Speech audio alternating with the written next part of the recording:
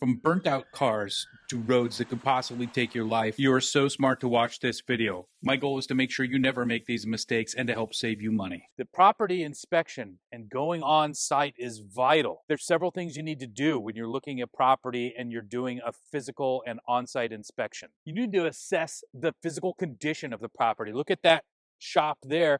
You need to assess that and look at that and say, okay, for my needs, what am I going to use that for? And will that be a viable option for me? If you're thinking about storage, looking closely at that, you can see that there's some water intrusion. So what are you going to be able to keep in there if you're trying to store things and keep them dry? There. All right, we're heading to check out some raw land. You're going to want to check out this whole video. It is chock full of vital information of the mistakes that I see people make. 99% of the time, these people just forget or just don't think or get caught up emotionally. Because purchasing land or purchasing a property of any type can be emotional. There is emotional value, and that is important. But you really need to keep your wits about you in order to make sure that you make good decisions.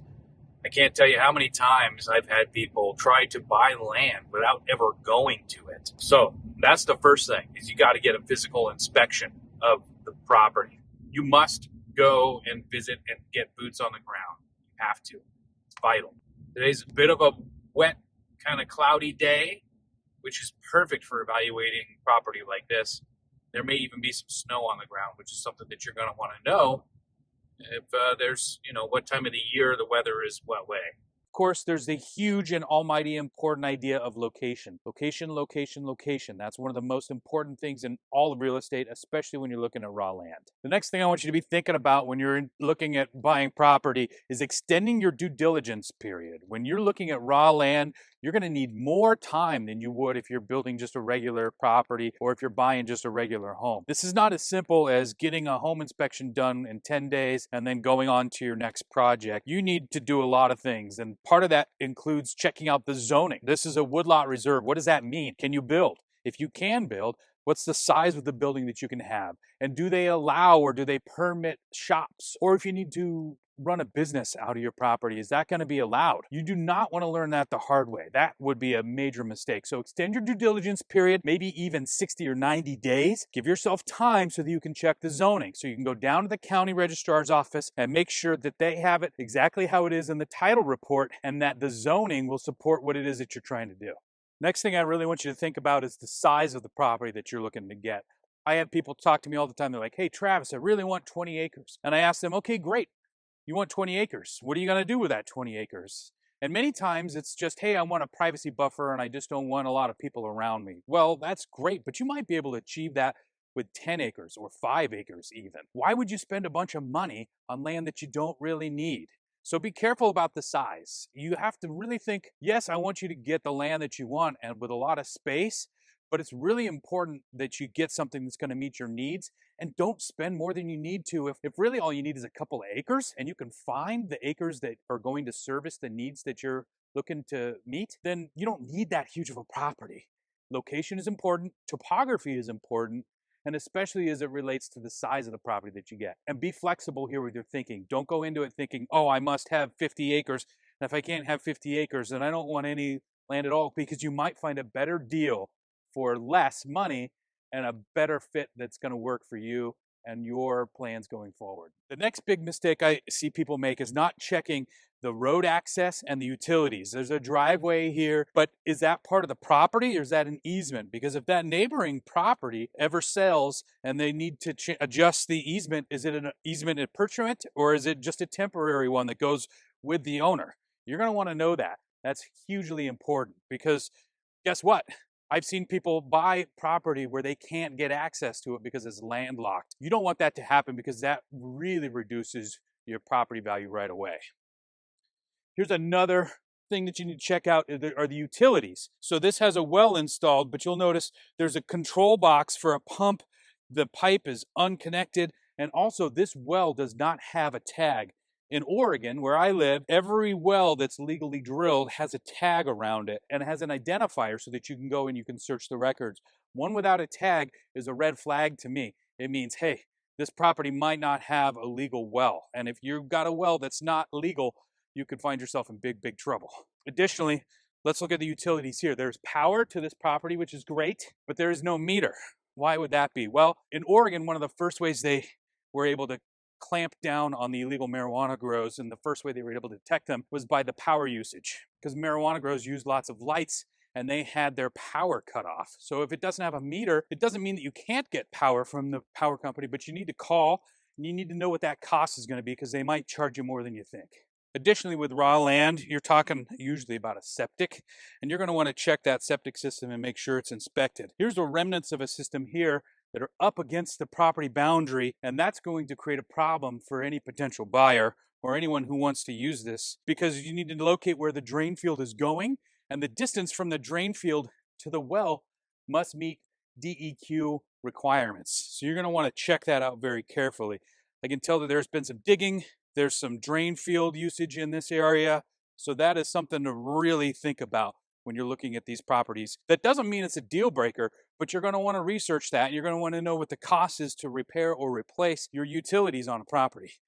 The next big mistake that I see people make is not considering the real value of the property and overpaying. How do you find the value of the property? Well, number one, what you're going to do is you're going to do a comparable search. So you're going to search for other properties of similar type that have sold recently. In this market, it's tricky. You got to really dig to find some inventory and to make sure that you've got a comparable sale, but you need to make sure that it's of like zoning, that it's of like size, that it's in a similar area or an area of similar value. Sometimes appraisers know of across town opportunities to match the appraising value. That can be helpful as well. You can pay for an appraisal. They're about $800 or $900 in our area, which might be part of your due diligence. If you're thinking about buying, maybe you look at the value of the property when it's finished. If you're going to put a 3,000 square foot home on 10 acres, then look in that area to see what 3,000 square foot homes with 10 acres might comp out to be in the end. So you want to consider the value when you buy it, the cost to build, and make sure that you just don't overshoot. Of course, there is emotional value. We've talked about that before, and there may be a certain location that's near special people or special places. The next mistake I see people make is not making sure that the title is clean and clear. What does that mean? Well, that means there could be people who did work on this property or people that are owed money, and there's a lien on this property. That means that you might be liable to pay for that. And it could be $25, $50, I've even seen them up to $80,000. So that's something for you to check out as well. Title insurance is vital. Make sure that you use a title company. Your local escrow company will guide you through this process, but title insurance and making sure that the title is clear and clean and you're able to own it outright is huge. That's something for you really to consider closely. It is the 21st century, and internet access is another vital thing to consider. Yes, there is Starlink and it's available in most areas, but if you don't have the right view to the south, you might not be able to get Starlink at all. Come on, folks, I'm out here in the freezing rain and cold. Can't you at least give me a like or a comment down below? Because I think the algorithm likes that kind of thing. But more importantly, I want to make videos that you like. So if you like these or if they're helpful to you, they provide value, hit me with a like, hit me with a comment, let me know. Oof, it was pouring down rain too hard at that last location, so I moved down the road a little bit. Listed $84,500. Great views, right? And you'd be thinking, wow, the pictures are so beautiful. You pull up though, and there's some trash. What does that tell me? Number one, that tells me I'm glad we're doing a property inspection because we're able to see this. There might be some squatters involved and potentially some illegal activity. How does that impact you? Well, as the person who buys it, those folks might come back. They might not understand that they don't have rights here or access to this. But even worse than that is look at this. And I've noticed some crime scene tape around it as well, which tells me something not so good happened here. This car completely burned out, this van, and I bet if we look closely, the VIN number is scrubbed out too. So this is why you do a property inspection, folks. This is one of the huge reasons. Because what if you bought this from 2 or 3 states away thinking, wow, this land's a great deal, look at this, it's a great price, and you show up and you've got this. What are you going to do with that at that time? Big mistake that I see people make when they're looking to buy land is not having their finances in order. And what do I mean by that? Well, you need to start with the end in mind. If your end goal is to build a home and you want some tranquility and some beauty, you can find it. That's doable, but you're going to need to think about the finances, and you're going to need to think about how you're going to get from point A to point B. A popular way these days is for someone to sell a home that they currently own and then to take that equity to buy some raw land and then to get financing to build. And then you do a construction loan for a season, and then you take that construction loan and convert it to a traditional mortgage. That's a great route to go if you can. You're going to want to know that before you start the process of selling your home. So start by investigating credit unions or people in your area, banks that do loans for that sort of thing that you're thinking about, and get your finances in order before you even start looking. Because the last thing you want to do is fall in love with a piece of property and then realize there's no way that you can pull it off financially. That's just heartbreaking, my friends. Then the last mistake I see people make is trying to do it on their own and not working with a broker or an agent who does this all the time. The advantages of working with a realtor are numerous. Number one, to keep you out of some legal hot water. Number two, to keep you from overpaying. Number three, to keep you out of making a mistake and having a regret and buying a property 2 states away. So you're going to want to work with an agent, and in my opinion, you're going to want to work with an agent on opposite sides. Dual agency is possible in Oregon, and there are some cases where dual agency might be a good fit for people, but in most cases, you're going to want to have someone representing your interest as a buyer, not just the seller as the listing agent.